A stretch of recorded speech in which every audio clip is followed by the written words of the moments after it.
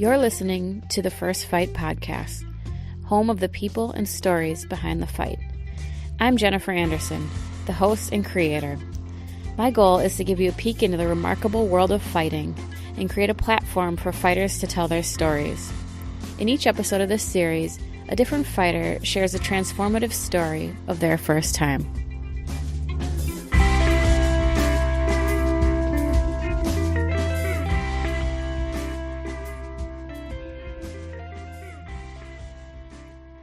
So on today's episode, I have a big up-and-coming prospect, Turpal Khamzayev.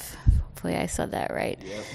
Turpal, I love his energy. I'm really excited for him and his future, and he's doing a lot of great things right now at a time where people really aren't doing a lot. So he's taking advantage of quarantine and everything. It's had how many, 2-3 fights? 3 fights. 3 fights, yeah, so and 3 wins. So he's killing it right now. Thanks for coming on the show, Turpal. You're welcome. So Turpal's going to tell a little bit about yourself. Where are you from? I'm originally from Grozny, Chechnya. I was born there, lived there for 6 years, and I moved to United States in 2009, and I've been living here most of my life. So you moved to Jersey? I moved to Texas, and I lived there for 8 months, and then I moved to New Jersey after that, and I've been living here since, and just training constantly. Just graduated high school, and since then I've just been training. Did your whole family move here? Just my parents and my big brother, just the 4 of us. Okay. Yeah. Were you training martial arts before you came here? Yeah, I was always a martial artist. My grandpa, my father, they were all like fighters. First, I did taekwondo for about 7 years, and I was doing both in the beginning. When I started MMA, it was 3 days a week I would train at MMA, and 2 days a week I would train at taekwondo. I still kept going to taekwondo because it was like my first love, you know, so I just kept doing it. And then I got 2nd degree black belt there, and it's a big factor in my style today. But I still love it, but now since I'm a professional, I have to concentrate on full MMA. Mm-hmm. So that was my first sport, really. And you said your first fight, what you would consider a fight, was kickboxing, glory kickboxing rules. Yeah. So why don't you tell me the story about how you got into that? Well, my first combat sport was taekwondo, and then I just had grappling matches, gi and no gi, growing up, and then when I was 15, I had my first kickboxing fight. It was a lot of pressure for me in the beginning because I was 15, and it was like in front of a big crowd, and I had all these headgear, big gloves, shin guards. So it was and I had a rash guard on, like represent the team, you know. That's how it was before. So I had a lot of pressure. I couldn't breathe, but happily I won. I won 3rd round TKO, and then from there I just kept competing in kickboxing, won a couple of titles, and then when I turned 18. I turned 18 on January 22nd, and my first amateur fight was scheduled before I even turned 18. It was February 1st, and I got a first round 59-second knockout, and from there I thought, you know, I gotta just keep doing this, you know. And the amateur fight was in MMA or kickboxing? Yeah, the amateur fight was MMA when I first turned 18. I never did professional kickboxing. I was always under 18 the whole time, so like they wouldn't allow it. But I was offered one time a pro kickboxing fight in Madison Square Garden, but I had a MMA fight, which is my main goal, so I had to take that one, you know. So in your first kickboxing fight, I'm assuming you got hit. I did get hit. And what did how did you feel about that? It was different, but like the dog came out of me, you know, like it's fight, you know. At one point I got kneed in the groin so hard. I got 5-minute break, and I took it all because even after the match, the cup was all cracked up. It was a bad knee. Wow. Yeah, it was brutal. But I still won. The guy was just so gassed. Like, he just quit with 20 seconds or 2 seconds left. He, like, just couldn't continue, and I just teed off on him, and then they stopped the fight 3rd round. So from there, I got little comfort from that, from having that first fight with pressure. And then my second fight, I wasn't, like, wearing, like, rash guard. Rash guard makes you, like, you know, like makes you sweat a lot and you gas out with it. So I felt more comfortable. I started winning, and then I started getting titles. I was fighting outside of my weight class. I didn't care. And then and even in amateur fights growing up, like I would just take fights left and right. So in the beginning it didn't go right, and now it's all going good. I just feel like I learned everything early on when I needed to, so I don't have to deal with it later on. Right away, did you know that that's what you wanted to do? Yeah, for sure. This is all I ever had, like just my whole family.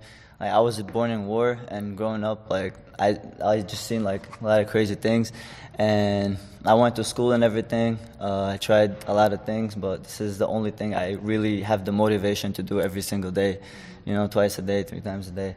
But other than that, yeah, I just like to train. Even in my free time, I'm just training. Even if I'm not in camp, constantly I'm in camp. Like I train like I'm in camp. I eat like I'm in camp. So that's why everything's coming along very well. Yeah. Yeah, I mean, I'm happy to see that you're doing well. You do everything you need to do, and you have a really positive attitude as well, which goes a long way. Tell me a little bit more about like growing up in Chechnya. Growing up in Chechnya, it was rough because I was born in '98, and in 1998 there was that whole time there was war. So all you would see is crazy things, just people dying, helicopter blowing up, all crazy things. Like right in your everywhere. Your town. Yeah, everywhere. I've seen all that. Everyone around me, like my family, they all know that. So like that, the pressure, like it doesn't get to me like that when I'm in front of people and I'm competing, because I was born in that. Like compared to that, this is nothing, And I also train with the best. Like I'm sparring with Frankie Edgar. I'm sparring with Timur Valiev. I'm sparring all these guys, and like every single day I'm pushing hard with them. So like that, when I train with people like that, and like I have this mindset that I have, and confident as I am, like I feel like right now no one's gonna stop me. Yeah. Well, it's amazing you were able to use that to motivate you. I guess it's all relative, and when you grow up around that, fighting isn't that scary, right? Yeah. So I'm assuming your family moved to America to escape that We first turmoil? moved to Azerbaijan country, like next to my country. We lived there about 4 years, and then we moved to Turkey. We lived there a couple months, maybe a year, I'm not sure. But ever since, we went to Texas in 2009 after that, and then 8 months later, we moved to New Jersey. And since then, I just lived here. And like a few years ago, I started visiting Turkey. I have a family there, so this past few years, I've been going to Turkey. That's about it, and nowhere else. And even when I go there, I'm always training. I always look to that. That's the main thing for me. As long as I'm training hard, outworking everybody, it's no competition. So when you were growing up with that, did you think that was normal, or is it something that started? You said it was your whole life, right? It was normal for me in the beginning. Even now, it's hard to imagine. Like you watch movies and you see stuff like that in the movies, and I look back. I actually used to live that life. Now it's like this is something that you would see. Even back then when we were in war, you watch American movies and stuff. The life you see in the TV isn't normal. So for me, it was never normal. Like freedom wasn't normal for me. But now I realize that. Now I know that. Yeah. How does it feel? It's being here in comparison. It's completely different. Even back there, it's different now. But for me, it's completely different. But I adapted to that. Like I know how to live to that. I was born in that, so it's like hard to say I adapted to war because I was already born during war, and I like grew up there for years. But it's so different now. Now I'm used to this life, and that one. It's crazy to think I lived that life before. You feel like now that you're used to it, you take it for granted again? Or is it something you'll never take for granted again? I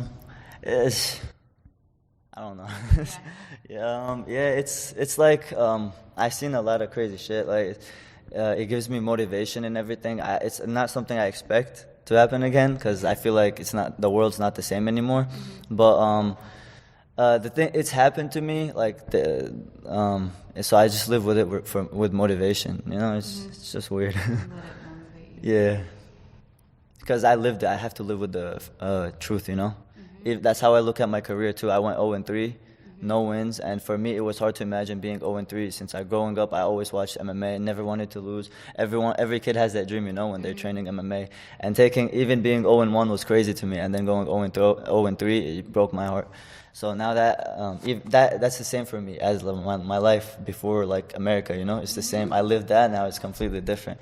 Now I feel like I learned everything. Now I'm just like on a win streak, and I'm going to continue to grow that streak with that motivation and the freedom I have. I get to do what I want, and I just train. So, it's not easy, but we make it happen. Well, the hardest part is like the mental aspect, right? And having confidence, but also being aware of what you're not good at. I always struggled with that anyways. Yeah.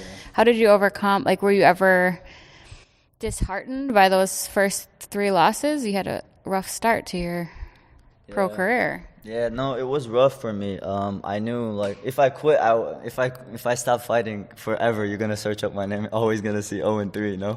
I always had that in my mind too. Like, you search me up, and then I'm 0-3 as a professional. It's gonna be like a failed mixed martial artist, and I don't want that. No, I want to make it in the sport because I love it so much, and I had to make changes in my career. I drive out here like hour every day, and I gotta drive hour back every day.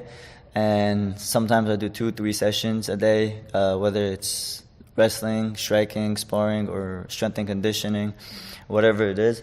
But I'm still sacrificing a lot driving all the way over here. But that also motivates me. I'm sacrificing a lot, which gives me a drive to like do more. Like I'm doing all of this for nothing, So, what do you say you find that success that you want? What do you want to do with it? Just for the sake of being the best? Yeah, I want to help people, I want to help people achieve their goals, their dreams. I want to do good with it, I don't want to have that wasted or like, help people in need or like, there's a lot of people struggling out there. I want to help people, That's my main goal. That's awesome. Yeah. So, where are we at now? What are you? I'm 3-3. 3-3 now? Yeah, I mean, since you've transitioned over to Nick Catone's, you've been undefeated. Yeah. You're so talented. It actually works in your advantage, too, because it's hard getting fights when you're undefeated. So those losses kind of help you. It sucks, but it'll help you. Yeah. For sure. Mm-hmm. Well, I'm really looking forward to seeing your progression. Like I said, I love your attitude, and you can tell how far someone's going to go by their attitude. It's not just skills alone, and you have the skills to match it. So they're always talking you up at the CFFC about how your record doesn't really show how good you are. They see that now, Yeah. I feel like also growing up, even my early amateur career, you had to weigh in and then fight same day. Mm-hmm. That was a little different for me. I would always be sick in fights. Mm-hmm. And then when I went pro, like I didn't know how to like cut weight properly and then like eat, like how to gain it back the proper way. So I feel like that also messed me up a lot. But I was always in the fight, like I was always like in the fight, like kill or be killed, even though I wasn't healthy. Mm-hmm. But I feel like I've surpassed that now. Like I know how to get that, I'm learning every day. I ask people here, I ask Frankie, Edgar, Timur, like what they eat fight day or like after weigh-ins and what they do before weigh-ins. It's not just like going in and fighting and like that. You got to also go balance your recovery, your hard training, but at the same time you don't want to miss out on your training because then you're not training hard enough and you don't want to work less than your opponent. Like this morning I woke up, I was feeling so beat.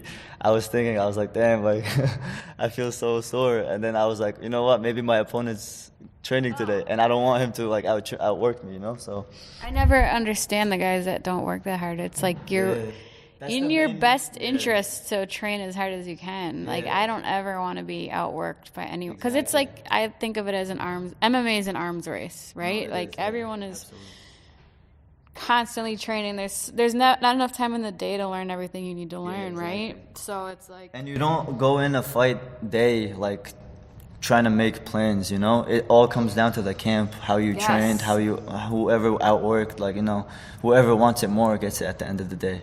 Because when you're in that mode, especially earlier in your career, I feel like you just do whatever you train the most. Yeah. You know, like my first fight. Exactly, yeah. It was new to me, so I just went to basics. You know, like they say you rise or you fall to your level of training, and I believe that. That's how I would like overcome being nervous about a fight. Is that in my head? Just I'd know say, you put it's in the done work. already. What my body. It's muscle memory. Like it's just gonna do what I've been training. Yeah, exactly. You know? Yeah, it's a big test. Like, are you ready or are you not? Like, if you got 3 rounds or 5 rounds or whatever it is, you're gonna like show you're ready, or the other guys. Yeah, and it's embarrassing. You know, you get embarrassed. Your whole family's watching. And you don't want to get embarrassed in front of everyone. That's what I always say. Like, there's no motivation like knowing you could get beat up in front of your family. I get ashamed of that. You know, that also motivates me. I don't want to be let down in front of my family. You know, and like friends and everybody, all the people that support me, like they're relying on my win, and I just let them down. It's a big upset. You know. Like, yeah. Well, you said you don't have a contract yet, or you're scheduled for April? I haven't signed the contract yet, but April 1st or 2nd, CFFC. In PA? I don't know yet. They didn't tell me location either. Okay. But it's probably going to be in 2300 Arena. That's what they're doing, their next event. Against Chris, what was his name? I always forget his name. Chris, 4-4. Okay. Yeah, they gave me a name, Chris, 4-4. His, my last opponent has a win over him. They went to decision. Tough guy. He's also better than his record, you know. But it's an interesting fight. I'm looking forward to it. I feel like I'm ready right now, and it's like 9-8 weeks out.